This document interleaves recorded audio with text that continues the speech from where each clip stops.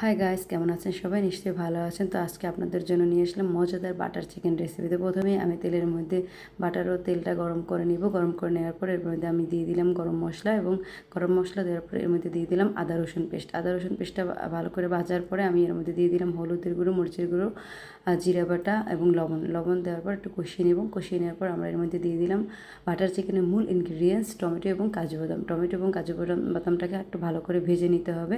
ভেজে নেওয়ার পর যখন এটা দেখে তেল ও তেলটা উঠে আসবে, তখন আমরা এর মধ্যে অল্প পরিমাণে জল দেবো এবং জল দিয়ে এটা সিদ্ধ করব।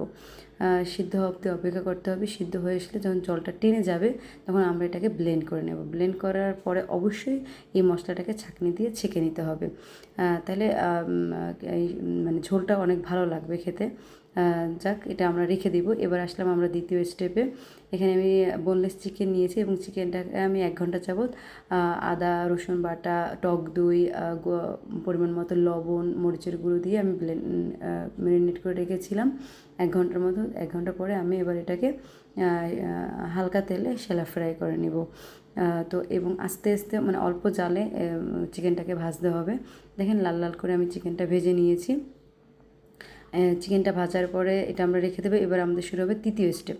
তৃতীয় স্টেপে আমরা আবার কড়াইয়ে তেল ও বাটার দিয়ে দিলাম।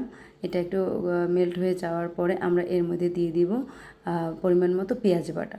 পেঁয়াজটাকে একটু ভালো করে লাল লাল করে ভেজে নিতে হবে। সুন্দর একটা ঘ্রাণ বের হয়ে যাওয়ার পর আমরা এর মধ্যে দিয়ে দিব সেই ব্লেন্ড করে রাখা গ্রেভিটা, এবং পেঁয়াজ ও গ্রেভিটাকে কিছুক্ষণ ভালো করে নেড়েচেড়ে ভাজতে হবে।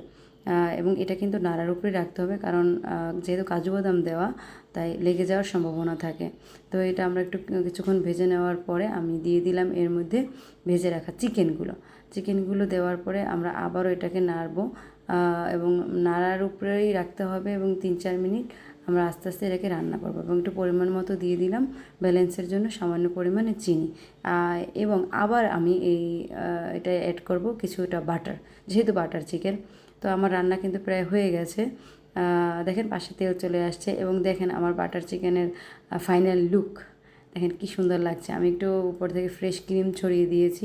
এটা কিন্তু আমি সার্ভ করব পরোটা দিয়ে। পরোটা এবং বাটার চিকেন জাস্ট জমে যাবে। আর ছিল কালো জাম।